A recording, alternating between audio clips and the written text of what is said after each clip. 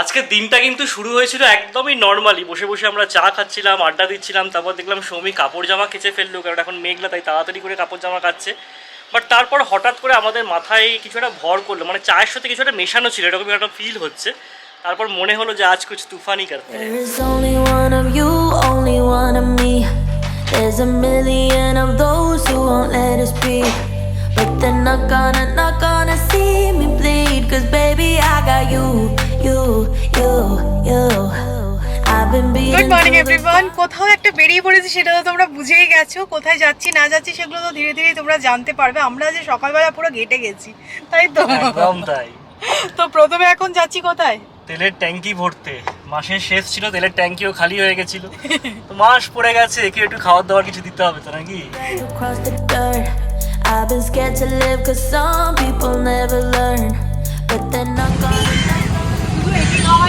আমাদের একটু ফুয়েলের প্রয়োজন। একে তো পেট্রোল ভরিয়ে দিয়েছি, এ খুশি হয়ে গেছে। আমাদের পেটেও একটু কিছু জামা পানি দিতে হবে। বড়া পাও ছাড়া আর কিছু পাওয়া যাবে বলে মনে হলো না, তো আমরা বড়া পাওই নিয়ে নিয়েছি। না, আমাকে মনে হচ্ছে সানগ্লাসটা খুলতে হবে, বৃষ্টি এসে গেছে, ব্যাকগ্রাউন্ডে বৃষ্টি। বড়াটা কিন্তু সবে ভেজে দিয়েছে, পুরো গরম গরম।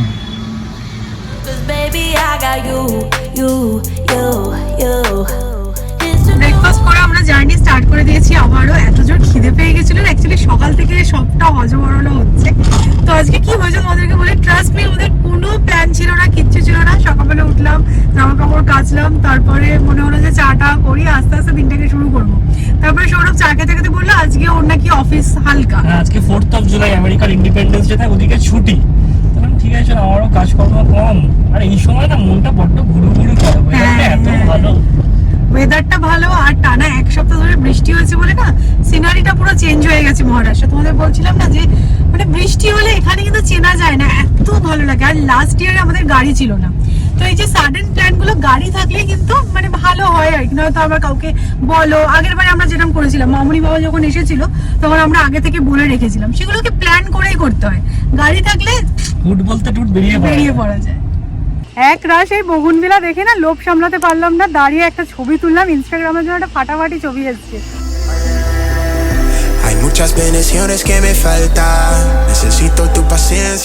বাইকটা কিন্তু দারুণ দারুণ ইনোভেশন। হ্যাঁ সত্যি কথা, বৃষ্টির দিনে আদর্শ।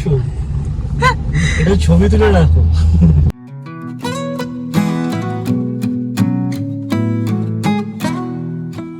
বাইরে ঠিক কতটা জোরে বৃষ্টি পড়ছে সেটা তো তোমরা বুঝতেই পারছো। তবে এইসব জায়গায় কিন্তু এরকম বৃষ্টি পড়বে, গ্রিনারি, এটাই ভালো লাগে। হ্যাঁ, লং ড্রাইভ যখন বেরোচ্ছিলাম রৌদ্র উঠে গেল, এটাই খারাপ হয়ে গেল, যা বৃষ্টি হবে না, না হবে বৃষ্টিটা এসছে। আর আমাদের এই ড্রাইভার এখন তো মানে একদম পাকা হয়ে গেছে। তোমরা যারা এই মনসুনে বম্বেপুরে বেল্টে আসছো, এই ইলাহাবাদের ড্রাইভারের সাথে কিন্তু যোগাযোগ করতেই পারো, ভালো করে দায়িত্ব নিয়ে ঘুরিয়ে দেবো, কথা দিলাম।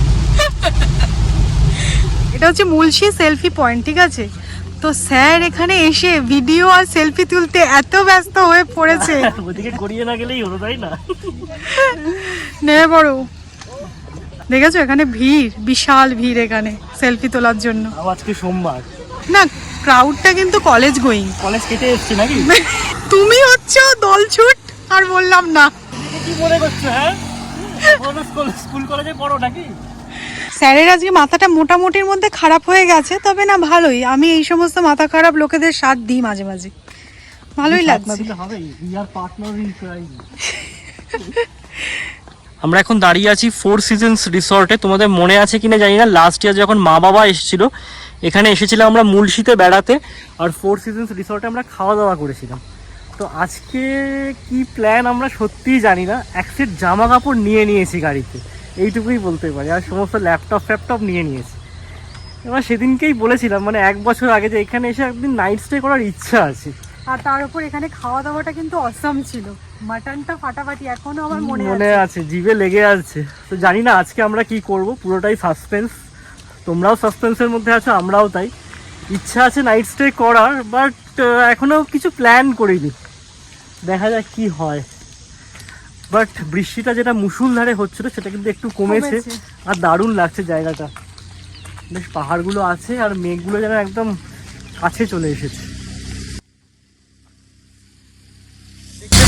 ভিউটা ফাটাফাটি। সামনেটা দেখো পুরো মেঘ, অনেকে গাড়ি দাঁড় করিয়েছে। হ্যাঁ না, নাইট স্টে করবো কি করবো না সেটা তো পরের ব্যাপার, বাট ফার্স্ট থিং ফার্স্ট আমাদের কিন্তু পেট পুজো করতে হবে, লাঞ্চ করতে হবে। অলরেডি কিন্তু প্রায় 1:30 বেজে গেছে। আমি সৌমিকে বললাম ফোর সিজনসে যখন খাবারটা ভালোই পাওয়া যায় চলো খাওয়া দাওয়াটা করে নিই, তারপর দেখা যাবে কি করা যায়। আর আমাদের প্ল্যান আছে তামিনি ঘাট যাওয়ার, মানে যেটা এই মুলশি থেকে শুরু হয়, বেশ খানিকটা রাস্তা খুব ভালো আছে, তো সেখানটাও যাব। তো আগে পেট পুজোটা হোক তারপর বাকি সব কিছু। এখানে মাটনটা খেয়ে যাই। হ্যাঁ মাটনটা ভালো ছিল, দেখা যাক কোয়ালিটিটাকে মেনটেন করতে পেরেছে কিনা এরা। আজ কুছ তুফানি করতে হে, সকাল থেকে বলে যাচ্ছি খালি তুফানি তুফানি, থামস আপ না হলে তুফানি চলে। যদিও এটা কিন্তু কোনো প্রমোশনাল ভিডিও নয়, ঠিক আছে। চিয়ার্স। আজকে আমরা স্টার্টারে অর্ডার করেছি চিজ কাবাব, আর তার সাথে মাটন সুক্কাটা তো আছেই। দেখা যাক চিজ কাবাবটা কেমন করেছে।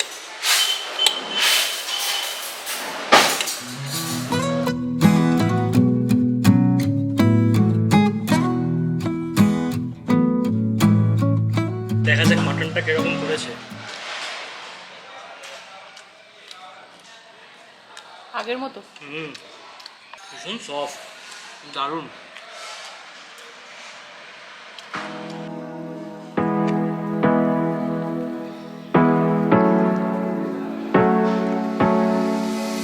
Hard working every day. I'm stressed out 24/7, babe. No time outs. তোমাদের তখনই বলছিলাম যে আমরা হয়তো নাইট স্টে করে যাব। তো প্রথমে ফোর সিজন রিসর্ট অ্যান্ড স্পাতে গেলাম, মানে যেখানে আমরা লাঞ্চ করলাম আর কি। ওখানে এই 5000 করে রুম রেন্ট, বাট আমাদের রুমগুলো খুব একটা পছন্দ হলো না। বাট এখন আমরা দাঁড়িয়ে আছি এনকোর রিসর্ট অ্যান্ড স্পা, ওই কাছাকাছি সব 2-3 কিলোমিটারের মধ্যেই। জায়গাটা অসাধারণ, মানে বিশাল জায়গা নিয়ে রিসর্ট অ্যান্ড স্পাটা। বাট এর রুম রেন্টটা বললো প্রায় 10,500 উইথ ট্যাক্সেস, যেটা আমাদের একটু বেশিই লাগছে। মানে এক রাত্রে যেটা এখন বেজে গেছে অলমোস্ট 3টে, আর এত বৃষ্টি হচ্ছে না, রিসর্টটা যেটা মানে ঘুরে এক্সপ্লোর কিচ্ছু করতে পারবো না। সেটাও হবে না। বাট ওয়েদারটা মানে একটা অন্য রকম হয়ে গেছে, বলে বোঝাতে পারবো না। পুরো জায়গাটা ক্লাউডি ক্লাউডি। তো কি করবো আমরা এখন ডিসাইড করতে পারছি না, জানো তো, থাকাটা ঠিক হবে নাকি না। একটা রাত্রেবেলার জন্য 10,000 টাকা ইনভেস্ট করা আমার তাও আমার মুলশির মতো একটা জায়গায়, মানে যেটা হচ্ছে কি আমাদের বাড়ি থেকে এই 1 ঘন্টা 15-20 মিনিট ড্রাইভ, ঠিক হবে না না থাকাটা। তো একটা সত্যি কথা বলছি, আজকের এই ড্রাইভটা কিন্তু আমার জন্য one of the most feeling drive হচ্ছে, দারুণ লাগছে।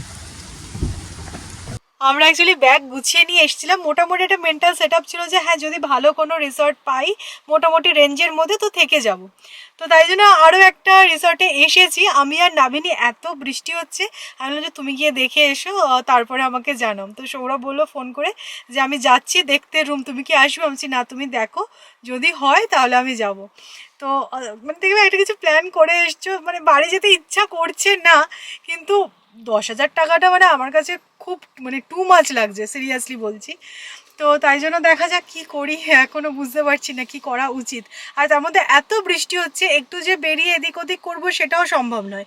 ওই রুমে গিয়ে বসে থাকবো, তার থেকে মনে হচ্ছে যে হ্যাঁ গাড়িতে বসে থাকি, একটু পরে বাড়ি ফিরে যাব, এরকমই মনে হচ্ছে। হ্যাঁ হ্যাঁ একবার নিচে এসে দেখে যাও। কেন? কটেজও আছে, টেন্টও আছে, আমার কটেজটা ভালোই লাগছে।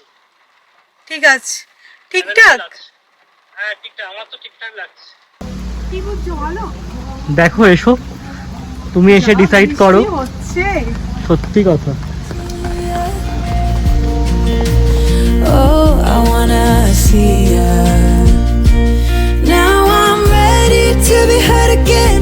I'll end up in your lap while you pull me closer to your chest. এটা কিন্তু অসাধারণ, এটা কি রুম থেকেও আসছে? হ্যাঁ হ্যাঁ চলো। দেখো নাইট স্টে করবো বলে এসে সেটা যদি না করতে পারি মনটা তো একটু খারাপ হয়, বলো। অবশ্যই, তার মধ্যে আরো ব্যাগ ট্যাগ পুরো প্যাক করা। তো তাহলে কি আর করা যাবে, যদিও আমরা কেউই বাচ্চা নই, তাও এসব সূক্ষ্ম অনুভূতিগুলো তো থাকে তো নাকি।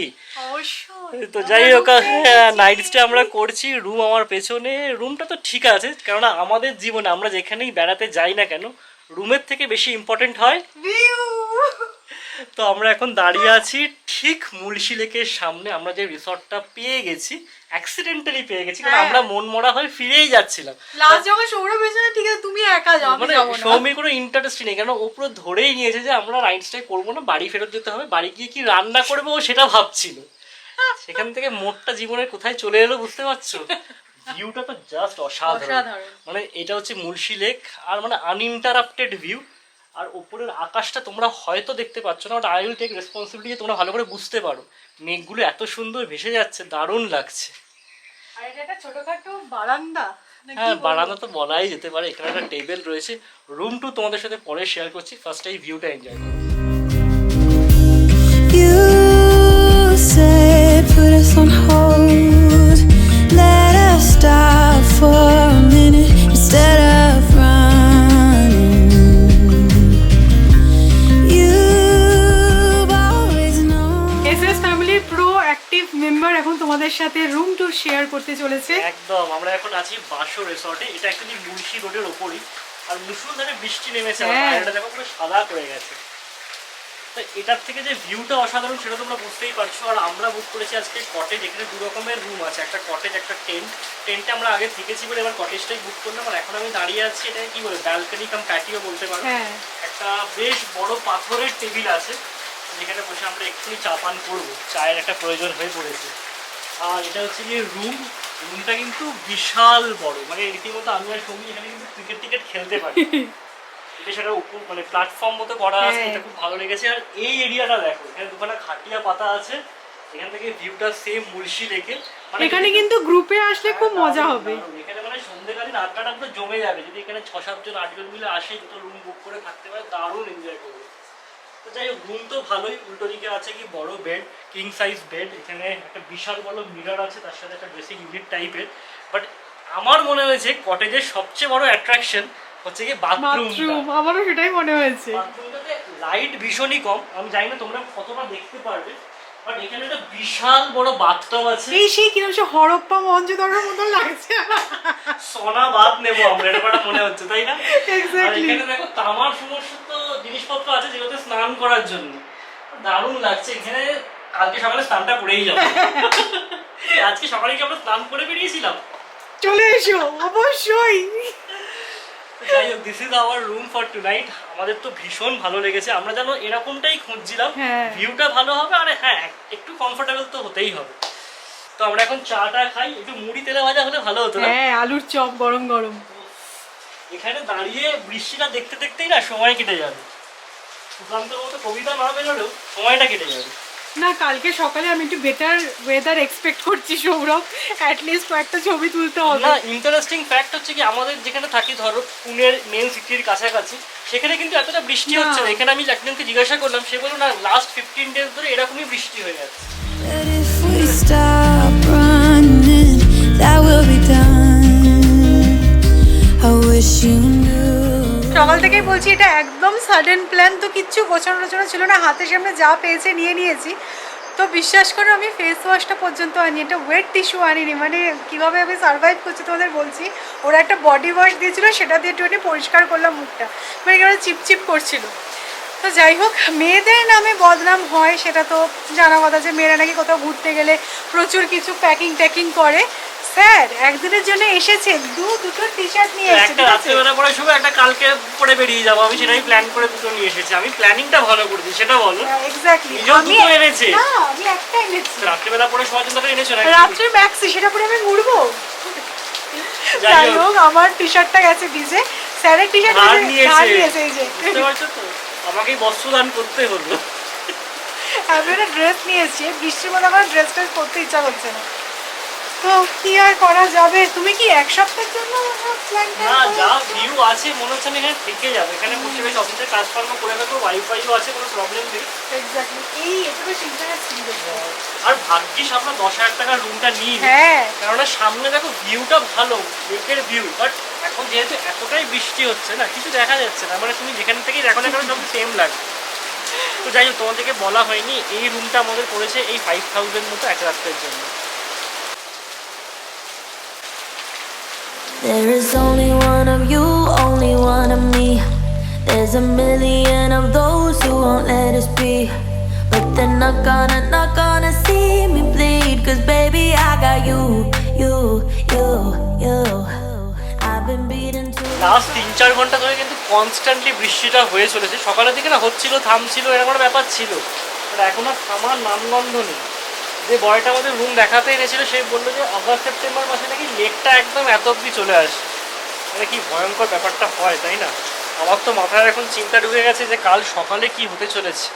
এই মুষলধারে বৃষ্টি যদি কন্টিনিউ হতে থাকে সৌমি, তাহলে পুরো প্রবলেমে পড়ে যাবো। আবার সৌমি তো একটাই জামা প্যান্ট এনেছে, কাল তো ফিরতেই হবে, তাই না?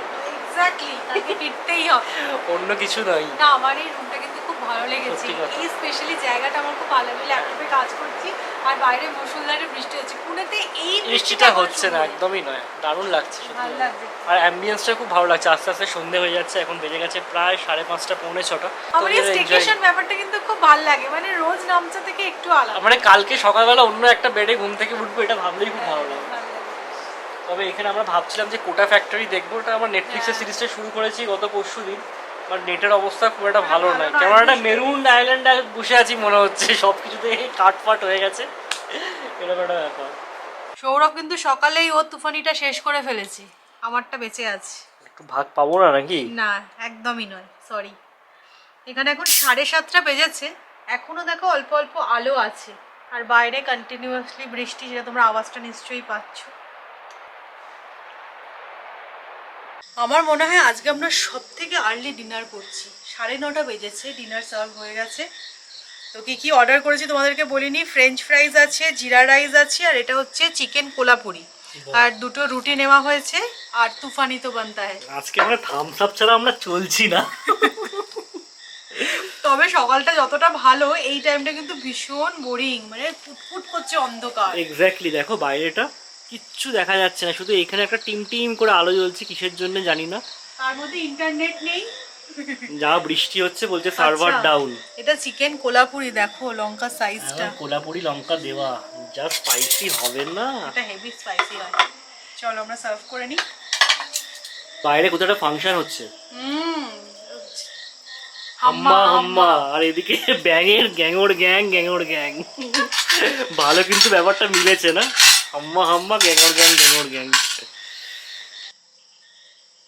এই লঙ্কাটা খাওয়ার দুঃসাহসিকতা কিন্তু কেউ দেখাবে বলে মনে হয় না, বাড়ির বাইরে তো একদম নয়। তো চলো আজকের মতো এখানেই এন্ড করছি। চিকেনটা হেভি ঝাল ছিল, মানে আমারও ইনফ্যাক্ট ঝাল লেগে গেছে। কোলাপুরি মশলাটা ঝাল হয়, যাই হোক স্পাইসি দেখেই খুঁজছিলাম বলে কোলাপুরিটা দিয়েছিলাম। যাই হোক ঠিক আছে, চলো কালকে বাড়ি গিয়েই নয় ব্যাপারটাকে সারা যাবে, এখানে রিস্ক নেওয়া যাবে না। তো আজকের মতো ব্লগটা এখানেই এন্ড করছি। আমরা একটুখানি তাড়াতাড়ি শুয়ে পড়বো, কারণ এখানে মনে হচ্ছে তাড়াতাড়ি শুয়ে পড়ে একটু যদি আর্লি ওঠা যায় তাতে লাভ আছে। কালকে কয়েকটা ছবি টবি তোলারও প্ল্যান আছে। তো কালকে আবার তোমাদের সাথে দেখা হচ্ছে। যদি আজকের ব্লগটা ভালো লাগে লাইক করো, শেয়ার করো, প্লিজ সাবস্ক্রাইব করো। টাটা।